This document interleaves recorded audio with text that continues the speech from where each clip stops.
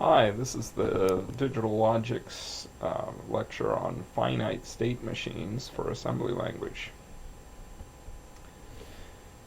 We want to look at a sequential state machine. A sequential state machine is just another kind of sequential circuit, but it combines combinational logic with storage, or kind of like the memory, the circuits we looked at last time. We're going to combine those with some logic. It remembers what's known as the state, and it changes the output and state based on the current state and current inputs. You can see a picture of a finite state machine here with storage elements and the combinational logic and the inputs and the outputs.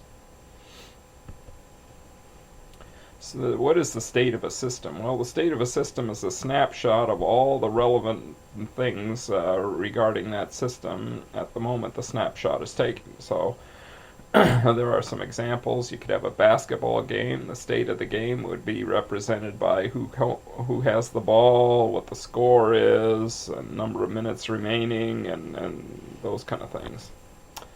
If we look at another example, we could think about a tic-tac-toe game, and it could be represented by the placement of X's and O's on the board.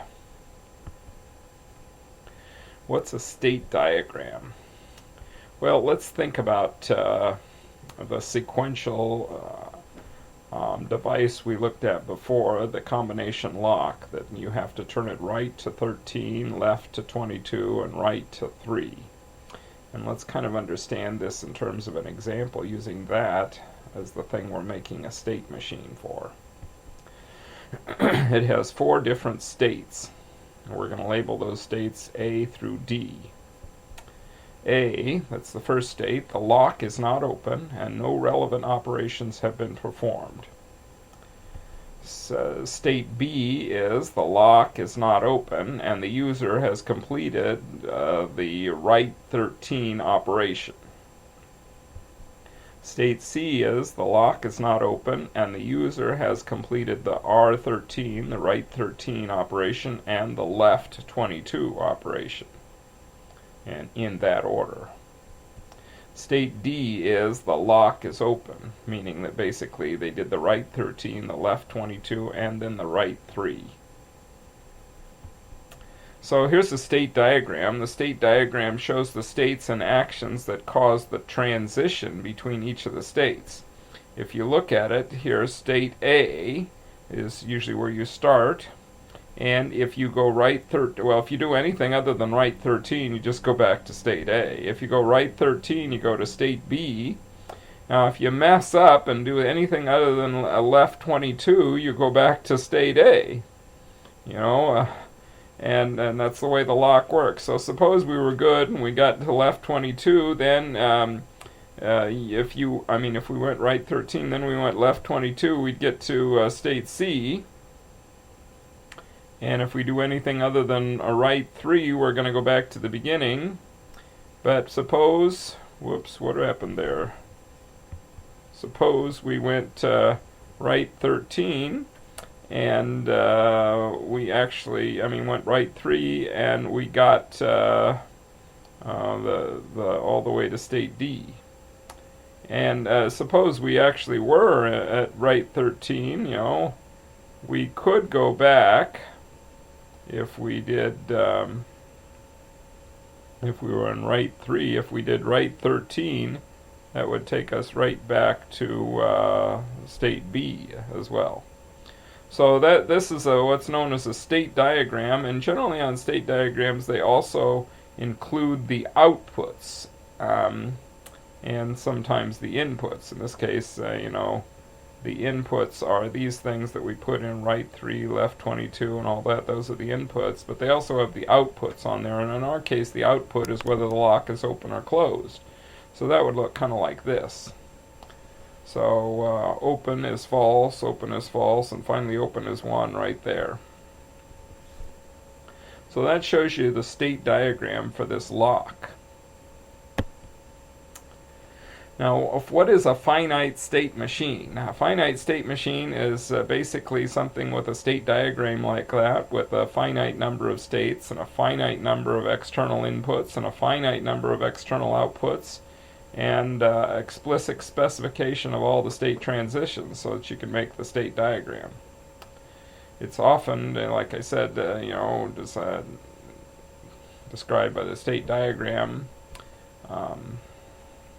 The input triggers state transition. The outputs are associated with each state and with each input, or with the transition in the input if you want. Frequently, a clock circuit triggers transitions from one state to the next, kind of like marching. You just go one step and then the next and the next and the next. And this is especially true of computers. They have a clock and they execute one, go from one state to the next. And the other thing is, the beginning of each clock cycle, the state machine makes a transition. Okay, so it would be like on the rising edge of each clock cycle. There's a transition. So, how could we make a finite state machine? How could we implement such a device? We're going to need some combinational logic to determine the outputs and what the next state is. We're going to need some storage elements, and the storage element maintains or tells us what state we're in. It keeps track of that for us. Basically, this is kind of the picture we had before. And you see the clock coming in as a special input to, it's not on all state machines, but on a lot of them. So let's look at an example. Here we have an inverter, and it's got feedback, and it goes back to the input, the output goes back to the input, and the input is the output of the whole circuit. And so the question is this inverter asleep or awake? I mean, is the output a 1 or a 0? So let's check and see here. So suppose the output was awake, or it's a 1. Well, then, you get around, and if you look back at going backwards through the inverter, that says it's asleep. But wait a minute, that's connected to the output, so it should be awake or maybe asleep, or I don't know, it's real trouble. So this actually in real life would go into a very high frequency oscillation, and it would depend on the transition time going through the inverter, the frequency of the oscillation. But this will not work for the kind of thing we're trying to make, a finite state machine. It just won't work because you need to be able to march according to a clock input. That means you need to be able to tell whether you're on this state or you're going to the next one. So we isolate the current state from the next state with what's known as a master-slave flip-flop. The state moves through the flip-flop on each clock cycle. Master stores the input value when the clock is low, and the slave stores the master value, or what was in the what goes into the master when the clock goes high. So here's a picture. It's two of these D-type flip-flops, and there's the clock going in. Notice one of them is inverted and the other one is not. So when the clock goes high, it affects the second flip-flop, but not the first flip-flop. When the clock goes low, it affects the first flip-flop. So now let's see what happens when we put that master-slave in there in the feedback loop to try and calm things down. Is it a 0 or a 1? That's what we got to check. So let's look carefully at this master-slave flip-flop. Remember, the we had the D latches, which were made up of these NAND gates here, and we had the set reset latch. And this is kind of a quick way of showing that inverter we had in there.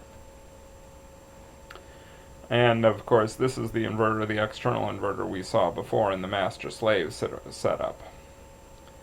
So when the clock goes high, it basically allows this guy to operate, and when the clock goes low here, then that guy is going to be well, let's see, when the clock is high, remember when it was high nothing changed, it only happened when it went low. So when the clock went low, this guy is going to change. When the clock goes high, then this guy is going to change. So anyway, during the first phase, that's the clock is high, the previously computed state is sent to the logic circuit, the slave. So during the second phase, clock equals 0, the next state is computed by the logic circuit is sent to latch A, which is the master. So if you look at here's the way kind of it works. Here, if you notice, you've got a high up here on top. When this guy's high, you can see what happens. This flip-flop is being set and reset or reset, and this guy right here is on hold. But when you go here, now the first guy is on hold and the second guy is being set or reset, depending on the input. So here's a quiz for you. You can figure out what the waveform looks like on each clock cycle for each of these places. Here's D, here's Y, here's Q and Q naught, and here is C. C is the clock, and it's given to you right here. I'll let you see if you can figure that out.